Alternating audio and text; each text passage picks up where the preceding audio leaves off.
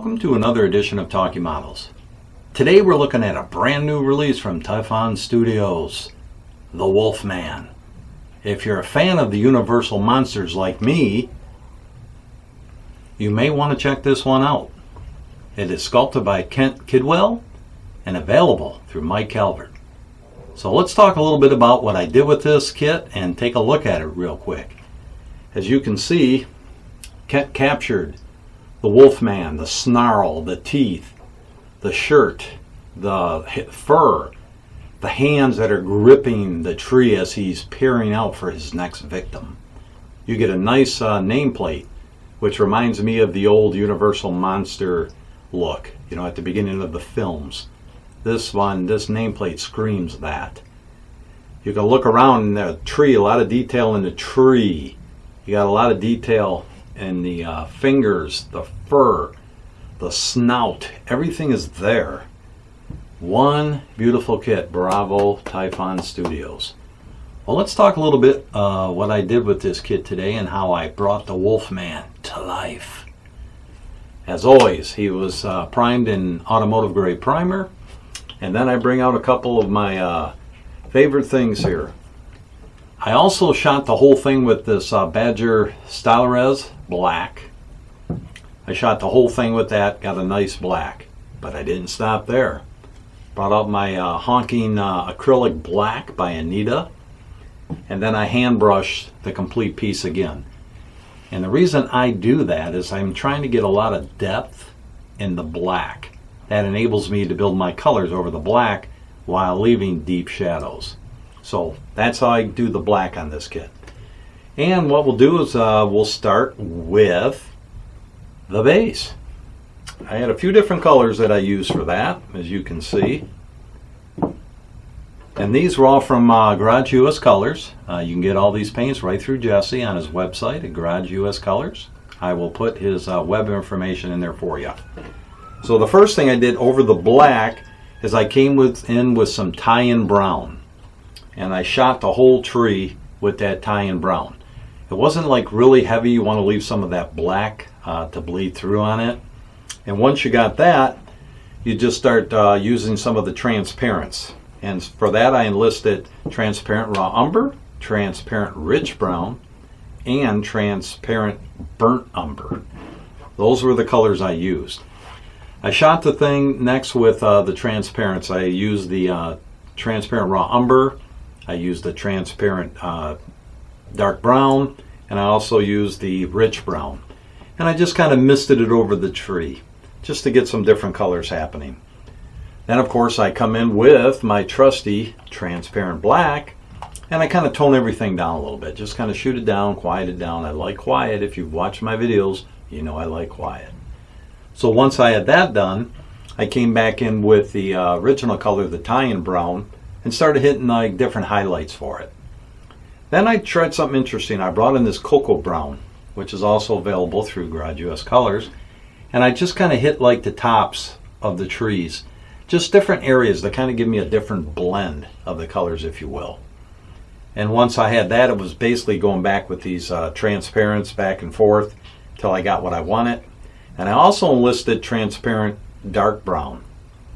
And what I did with that is I hit like just below all the different colors from the cocoa brown, just along the bottoms of it, just in the cracks along the tree stump, just everywhere in there where I could just develop some deeper brown shadows, if you will. And then you just keep going back and forth with the transparents until you get the color that you're looking for. Then what I did is I also came in with this Delta Cream Coat Spice Brown, and I just kind of sporadically dry brush some areas. And then of course you come back in with all your transparents, your original color tie-in brown, and it's that process that you always hear me talk about. You just go back and forth until your eye says, that's it, and you hit it.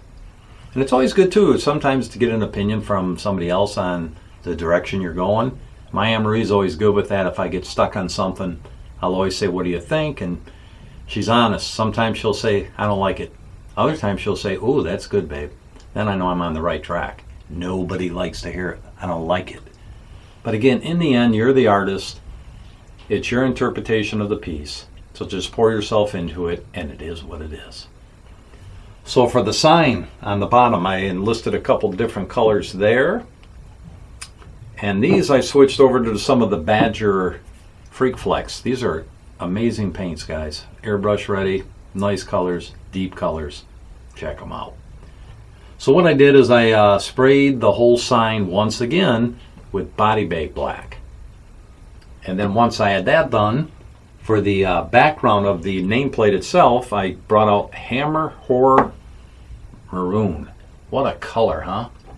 I shot that over the black, and as you can see, it kind of gives it just like a reddish tone to it that I just like for a background.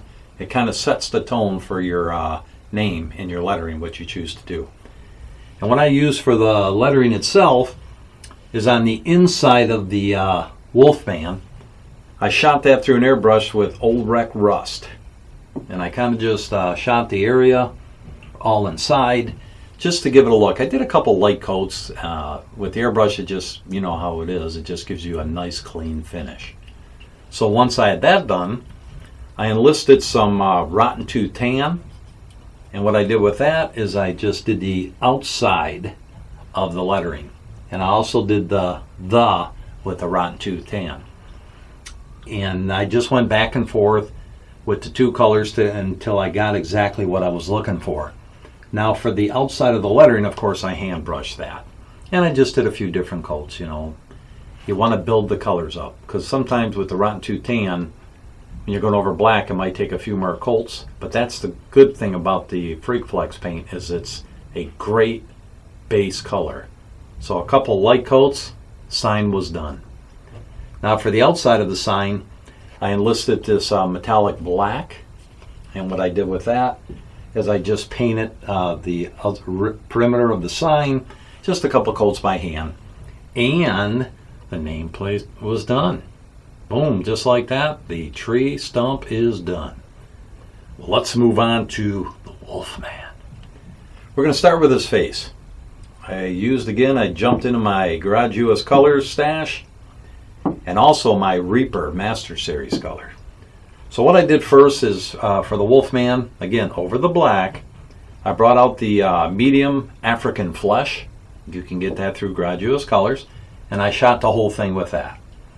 Once I had that done, I came in with some transparent dark brown and just started hitting some of the folds of his skin, his fingers, just kind of giving a different tone of the brown, but developing my shadows, if you will. Then I enlisted the light African flesh, and then I shot all the highlights around his snout, all his face. Anywhere you have flesh areas, you hit it with that. Then you come in with some transparent black, kind of quiet it down a little bit, and you come back in with your transparent dark brown, and you just start continuing to build up your shadows. You want to take that dark brown and kind of punch where his fur meets his face and his little bit of fur on his nose. I always like to shadow that in so it all blends together, and it also develops a nice transition from fur to flesh. And of course, once I had that done, I brought out the good old Master Series tan skin, and I just hit all the highlights. The fingers, I went a little bit heavier on the fingers so you could see a nice difference. Don't be afraid of going overboard. You can tone that down with your transparents and your transparent black. So it was a back and forth process, hitting all those things with the tan skin, flesh, fingers, washes, back to the original color, transparent black, and before you know it, you're done. Use that transparent dark brown. It really gives it a nice tone. And his basically his skin tones are done. Now, jumping on to, we'll jump over to his eyes. And for the eyes, I use these three. As always, I like using the bleach bone tan for my basic eye color. And once I had that done, I came in with Asphyxia Blue from Freak Flex.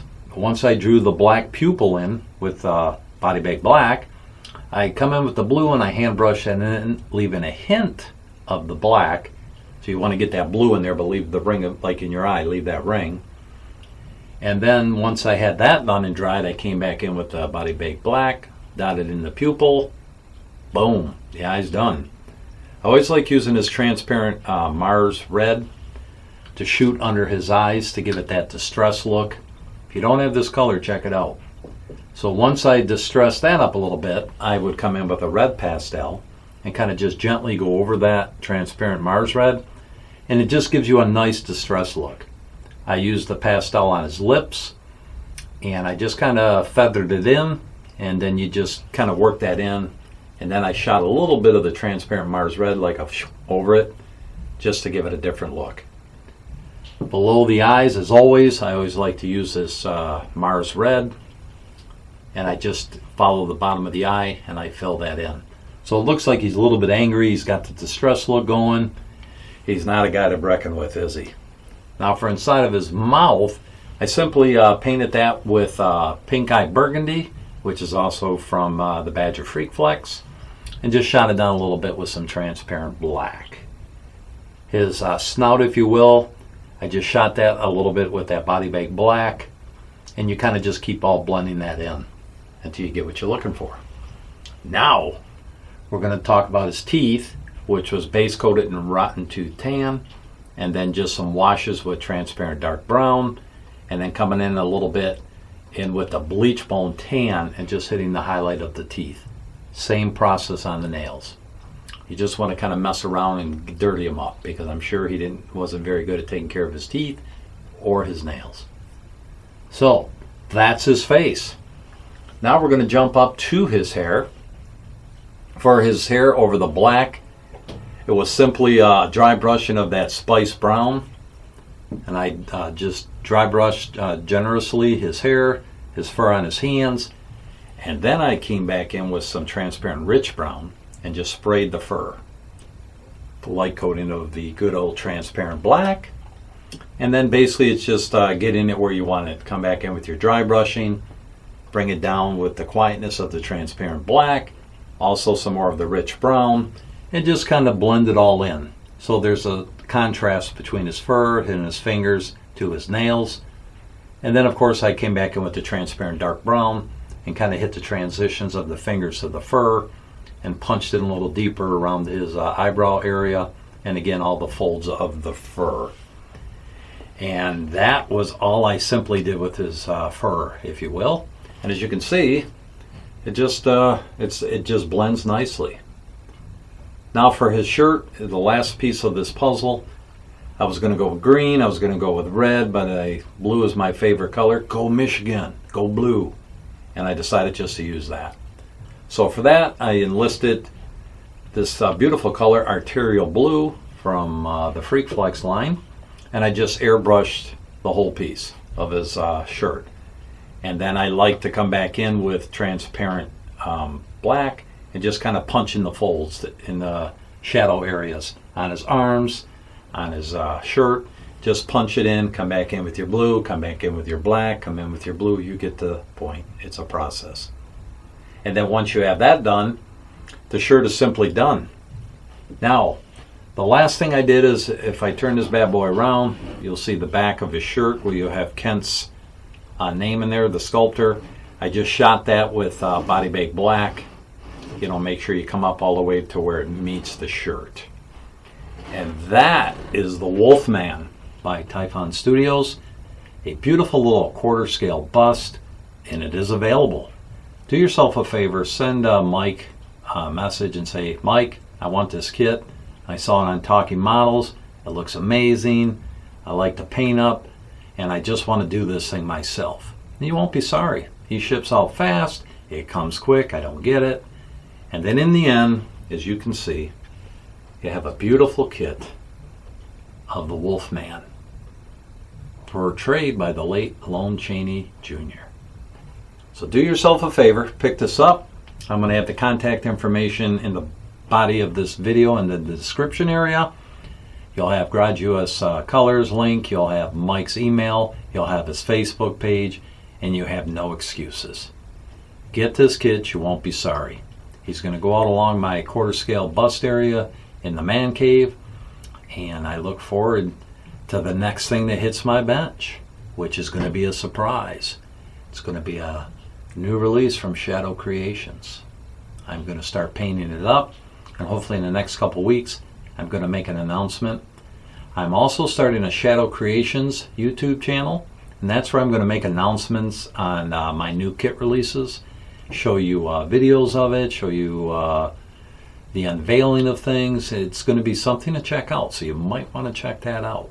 And I'll have information for that in there also.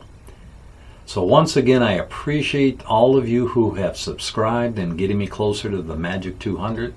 If you haven't subscribed, please do so. Just hit the subscribe button, join the family. Lots of new stuff coming. And I believe I took a suggestion from my good friend Paul Gill. And then as we do videos, the kits behind you will start to change. You will see new kits behind me of things that I've painted and collected over the years. Thank you, Paul.